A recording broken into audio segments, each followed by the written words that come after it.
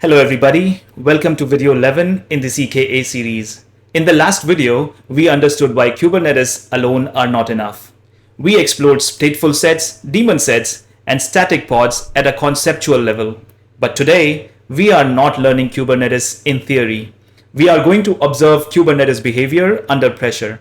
Think of this as Kubernetes in real-world stress mode. Let's go. Let's first of all get the nodes that are present in our cluster. Imagine our Kubernetes cluster as three US states. Texas is worker 3, Washington is worker 2, and Arizona is control plane 2. Each node is a state, and Kubernetes is the federal government deciding where things go. As we are starting fresh, there are no pods in the cluster just yet. Let's take a look at the pods under all namespaces. And we do that by appending kubectl get pods command with -a. -a means all namespaces. What do we see here? We see that the pods are running only under kubesystem namespace. We see our core Kubernetes components. We see etcd, kube API, kube control manager. Wait a minute. Where is kubescheduler? Oh yes, I remember. I removed it earlier for this lab. Why? Wait till you see what happens when we remove kubescheduler again in this video. Let me restore it right now for you and show how to bring it back.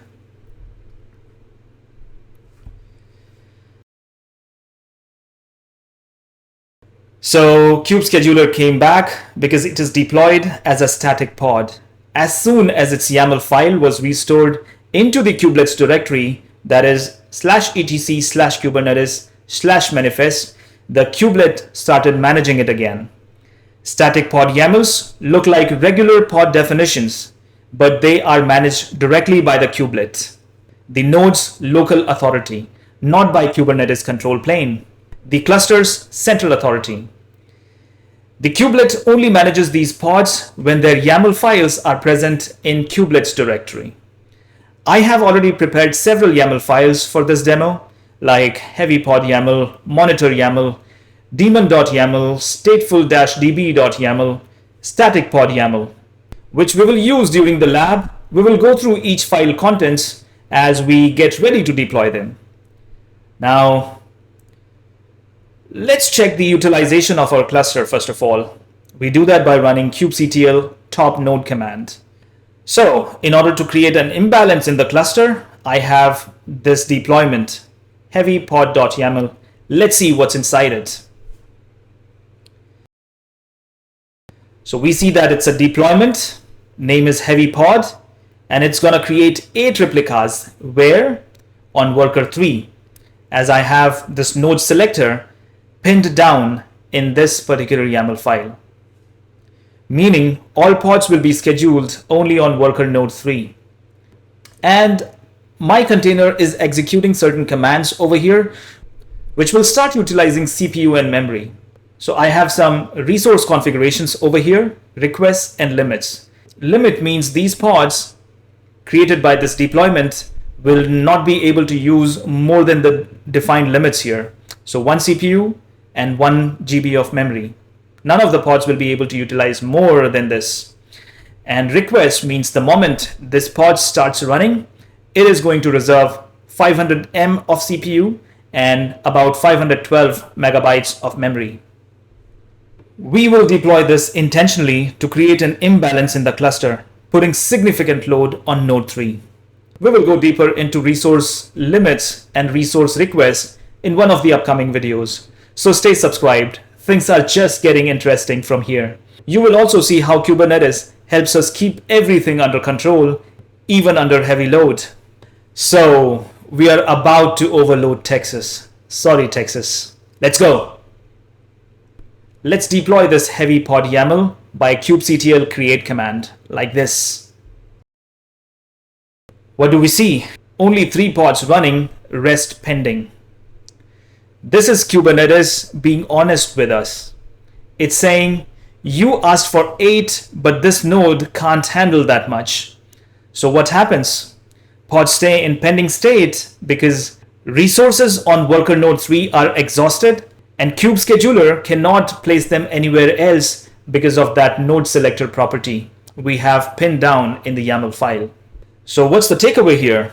Deployments don't guarantee placement success. They just try. Now I have another monitor.yaml. It's again a deployment with the same config as heavy pod, but with slight difference. Look, we don't have any node selector here, and replicas is only 3. These are our pizza delivery drivers, which we want to spread evenly across our cluster. So Texas should get 1, Washington should get 1, and Arizona should get 1 of these drivers. Now, because there is no node selector property in this YAML, Kubernetes gets to decide where to send them. Let's deploy these pods.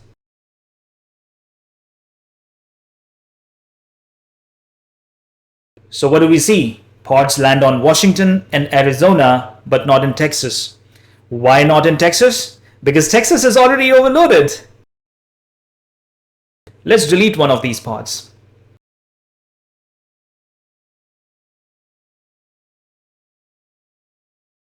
See, it still comes back on the same node, not in Texas. We now understand that deployment schedule based on available capacity, not fairness, not distribution guarantee. What if I told Kubernetes I want 1 pod per state? No excuses. Deployments clearly can do that. Deployments are like me on Monday mornings. They try, but don't always make the best decisions. This is where DaemonSets comes to our rescue. Let's see how. But before, let me show you the difference between the deployments and DaemonSets YAML structure. Now, let's create a deployment named XYZ imperatively, and let's look at our daemon.yaml file.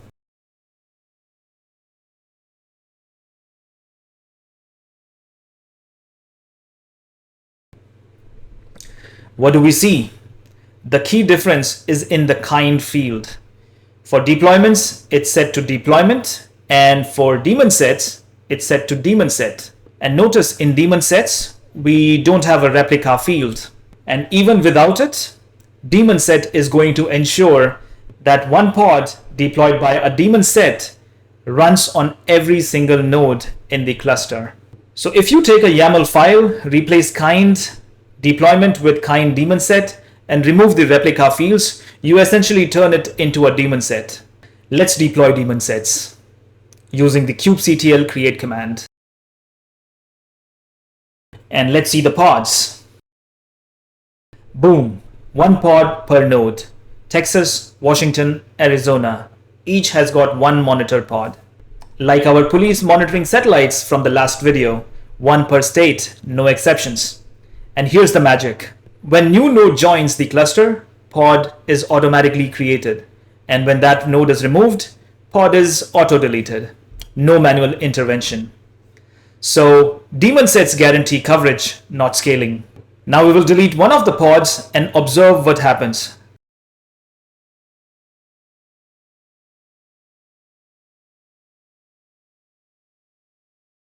A new pod gets automatically created on the same node where the old pod was deleted from, rather than being scheduled on a different node. As I said, DaemonSets guarantee coverage.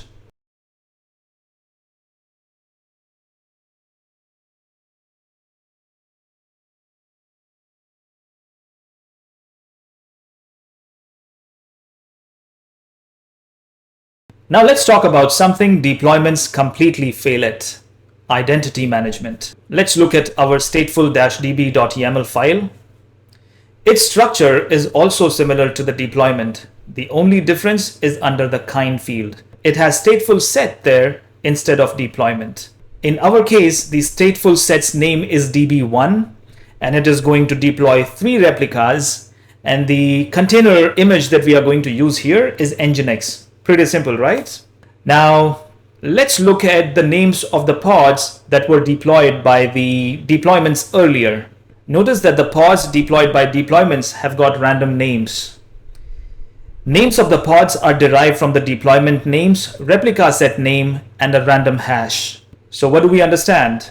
Deployments create objects in the cluster with random names, C. Now let's delete a pod deployed by the monitor deployment. What did we notice? The pod is back, but with a different name, as the hashes in the name differ. So it has got a completely new identity. So we can say deployment create pods like random names, disposable, and no memory. Names are random, hashes everywhere. Now let's deploy the stateful sets by kubectl create command. And let's look at the pods. We see that they got deployed as db10, db11, and db12. Easy to see who's who. Now this is clean, isn't it? These are like our chefs in the kitchen. Chef 01, Chef 02, and Chef 03. They keep identity, keep the role, and can't be just replaced randomly. Now let's delete one of those. db10. What do we see? db10 came back on the same node and with the same name. Let's delete db11. Same behavior. What did we notice? Stateful sets guarantee identity, order, and stability. Unlike deployments, they don't come up with random names. These guys don't forget who they are, what they were doing on Monday mornings, unlike me. Now let's remove the federal government completely. We will make kubescheduler vanish again. I already have staticpod.yaml prepared. This is a simple pod definition file. First, I will create a pod normally using kubectl create command and this YAML file.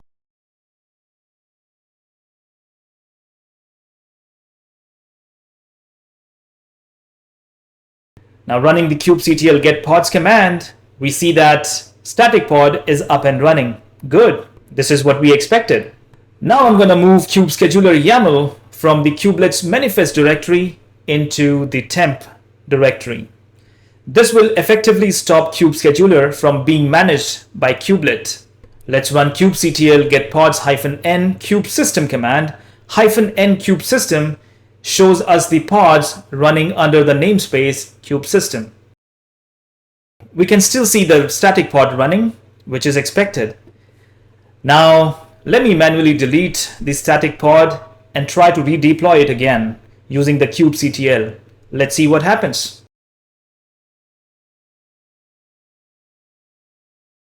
We notice that pod stays in a pending state. We waited for about 100 plus seconds and observed that nothing is scheduled. And checking with kubectl get pods -n kubesystem command, we see that kubescheduler is still not running because we did not redeploy its YAML file into the kubelets directory. So let's move kubescheduler back into the kubelets directory. What do we see? Kubelet immediately picks it up and brings the scheduler back online. Shortly after, everything returns to normal. We see static pod is running again. Now, let's move the static pod.yaml into the kubelets manifest directory. And immediately, we see static pod being created and running on the control plane node. Notice the name of the static pod, static pod-control plane 2. Running kubectl get pods -a command, we see that kubescheduler is running, static pod is running, and a normal pod created via kubectl is also running. Notice how their names and ownership differ. Static pods are tied to the nodes, while normal pods are cluster scheduled. Now I stop kubescheduler again by removing it manifest back to /temp. Now let's check the pods again.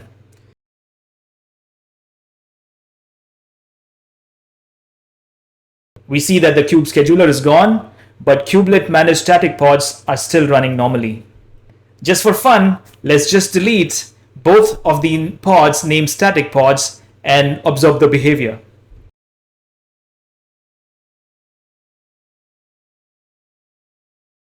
Running kubectl get pods again, we see that only the control plane static pod keeps coming back up automatically without any manual intervention. The kubelet created pod does not. I delete it again and again and again, and it immediately pops up. This demonstrates how kubelet continuously ensures that static pods remain running even when the scheduler is down. This is how critical pods components are self-healing in Kubernetes. Now, let's open two terminals. On terminal 1, we will monitor the pods as they get created, along with the other details like which node they are getting created on. And in terminal 2, we will access our worker node 2 and worker node 3. I place staticpod.yaml into the kubelet manifest directory on worker node 2. And instantaneously, we see that the static pod appears on worker 2 with its node specific name. We repeat the same on worker 3, and again, the pod comes up immediately on that node.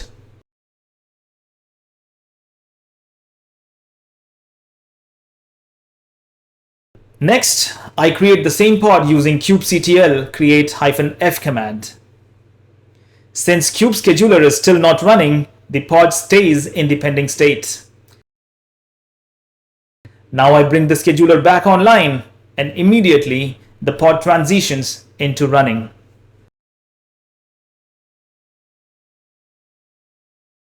Finally, I remove staticpod.yaml from the kubelet directories on all nodes via terminal 2.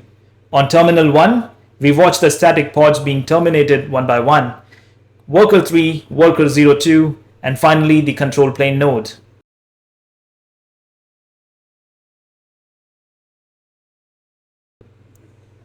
And finally from the control plane node. All static pods are now gone. This is local government control. Static pods are managed directly by the kubelet on that node. Deleted, it comes back up again automatically. And just like that, we proved that static pods are node controlled, self-healing, and independent of scheduler. This is how critical system components run. This is how we deploy monitoring agents across all our nodes in the cluster. In the next video, we go deeper into secrets, config maps, environmental variables, and container commands. Because running pods is one thing, configuring them correctly, that's where the real game begins. If this lab made Kubernetes finally click for you, drop a like. It really helps more learners discover this. And subscribe, because I'm breaking down Kubernetes with the help of real-world examples, so beginners stop fearing it. I believe that everything in IT is inspired by real-world examples. And that's exactly what I bring to you. Concepts that make Kubernetes intuitive, not intimidating. Because once you see it this way, Kubernetes stops being complex and starts making sense. Thank you for watching.